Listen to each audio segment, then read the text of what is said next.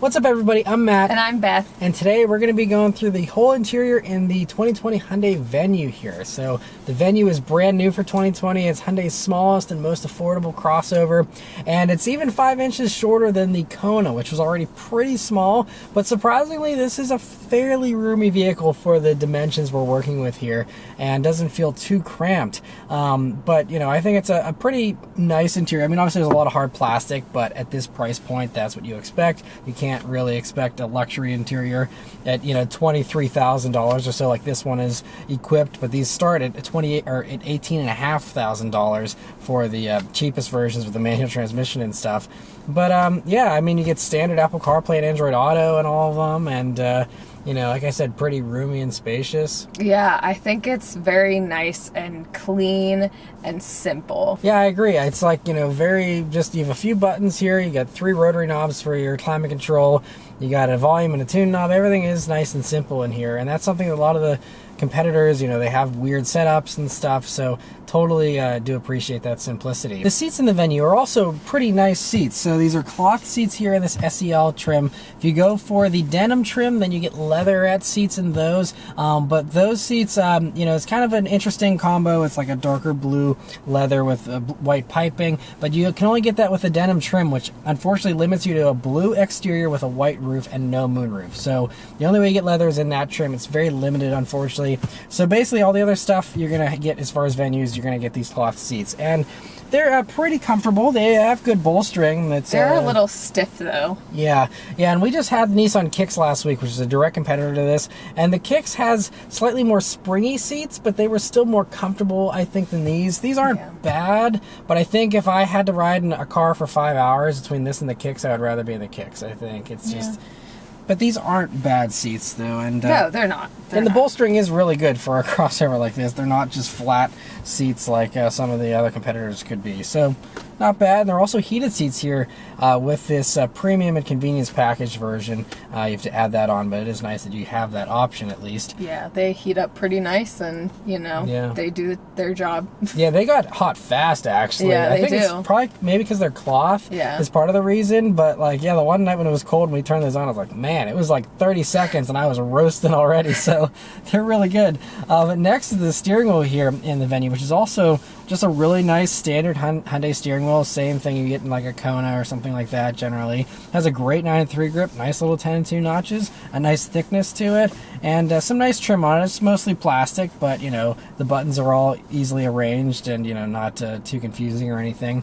And so well done there. Gauges are also nice and clear and simple. I think that's the theme here with the Venue interior is clean and simple, but it's not super fancy, but it doesn't do anything wrong either. And these gauges are a perfect example. You have everything you need there. A basic little black and white display in the middle that just basically shows you trip information and your safety features, and then also just, you know, settings menu, and that's it. So very simple, not quite as advanced as what you get in some of the other stuff, but you do have like the option for a digital speed readout if you'd like, and so nice to have that at least. Coming over to the center of the dashboard here, right up top you have this 8-inch touchscreen infotainment system, and Hyundai does some of the best and just easy, simple touchscreens. And while some of the others can be a little more complicated and stuff, this is just so wonderfully simple. You do have these hard button shortcuts here beneath the screen to hop around if you'd like. But going through the menus and stuff is very simple and very straightforward. This one, again, being fully loaded up here, has the navigation. That's something that is an option. You don't get that as standard. And honestly, with the smartphone integration, I don't think you need the maps anyway. But if you want them, it's nice that they still have that option. And it's just awesome that it's also, you know, standard CarPlay and Android Auto in even the base trim, which is great because some of the other base trims of the competitors don't give you that as standard, and so great that you have that here. And a good screen size for a small vehicle like this too. Yeah, and I think that it is very well put. It's not pushed way back into the dash, and it's not facing towards the driver. So I think for a passenger it is really nice, and you can use it, touch it easily, and yeah. And you have a nice big volume knob, you have a tune knob, nice and simple. I love that they don't try and reinvent the wheel like other companies try to do. Everything you need and have is right there, and you know how to use it, and there's no learning curve, which is really nice because sometimes you just want to get in your car and turn on your radio and do the things you want to do. But yeah, it is just very intuitive, and so kudos to Hyundai for not overcomplicating it. Coming down, another thing that's nice and simple is the climate controls here. You know, you just have a nice big digital readout in the middle there. It is a little confusing because that looks like it would be another knob, but it's not. But not a big deal. You know, you just have the two different knobs there on the left and on the right. Very simple and straightforward. Beneath that, you have your first cubby here, which is a pretty good size, actually, pretty deep. You also will find a normal traditional power outlet as well as two USB jacks, one for charging and one for music and things like that. And a good size bin there. And you also have a bottle holder in the door here with another little slot as well. And so again, for a small vehicle like this, you know, good to have that included. You also have two cup holders here. Also on the passenger side, there is this little notch here where you can throw anything into. I tried my phone in there, but as we were going around curves, it was sliding back and forth, which wasn't my favorite thing. And if you really don't want your phone banging back and forth, don't put it in there. Yeah, but it's nice that they give you that, because again, that's something that even larger crossovers often don't have a space like that, or it's not as big. And so to have that is nice. Just maybe add a little bit of rubberized material to the bottom or something. Yeah. That'd be perfect. Yeah. You know? But yeah, then you also do have the center armrest, which does have a little bit of padding to it, but we actually noticed when we were driving around, this isn't very comfortable for resting your elbow on. And so over long periods of time, not great there. But anyway, nice they have a little bit of padding, I guess. And then you open it up and you have a decent amount of space in there. Again, for the size of vehicle we're dealing with, it's not fantastic, but you know, certainly good enough for, you know, throwing your wallet, keys, whatever you want in there. Totally fine. Going on to the back seat in the Venue here, it is surprisingly roomy. Honestly, it's not much tighter than the Kona, and so I'm not sure where that extra 5 inches of length comes into play in the Kona, because it seems like the Kona has about the same size of a back seat as well. So yeah, but anyway, I'm 5'9", I'm sitting behind myself here in the Venue. I only have about an inch or so of legroom to spare, so it is tight. If you're a driver that's, you know, going to be 6 feet or taller, that back seat will probably be fairly useless for adults. But that's just the class of vehicle we're in here. You know, none of the stuff in this segment is really spacious in the back, but the fact that as long as 4 adults aren't super tall, can all fit in here, I think that's pretty impressive.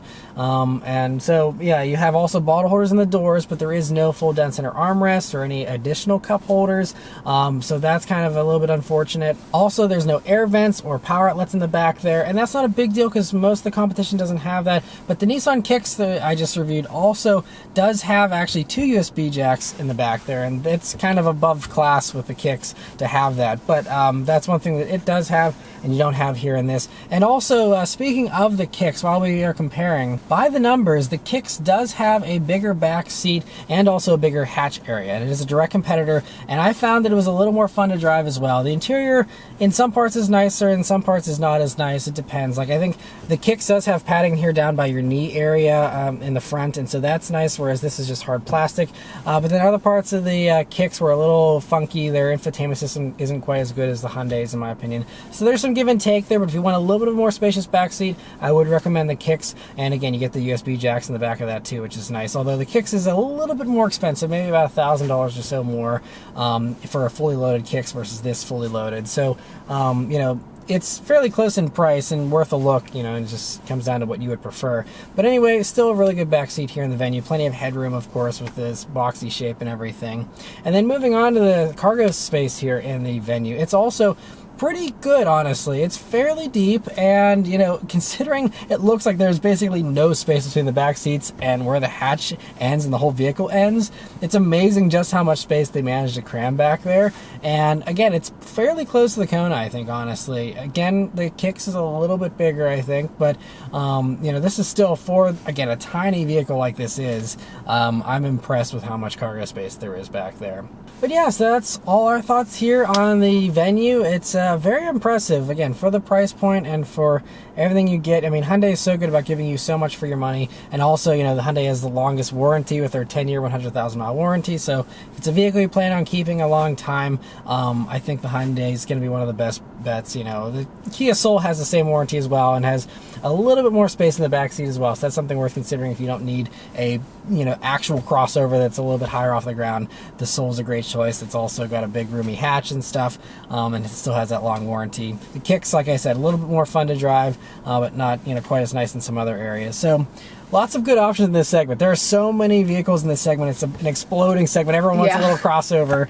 There's so many. Yeah. But these two are definitely great. This one is definitely great. The Kicks is definitely great. Either or is still a very good choice. Yeah, I don't think you can go wrong with either of them. Yeah. That's a good point. So, yeah, but that's all our thoughts. Let us know your thoughts on the Venue in the comments below. Thank you guys very much for watching. We'll see you on the next one. Take care.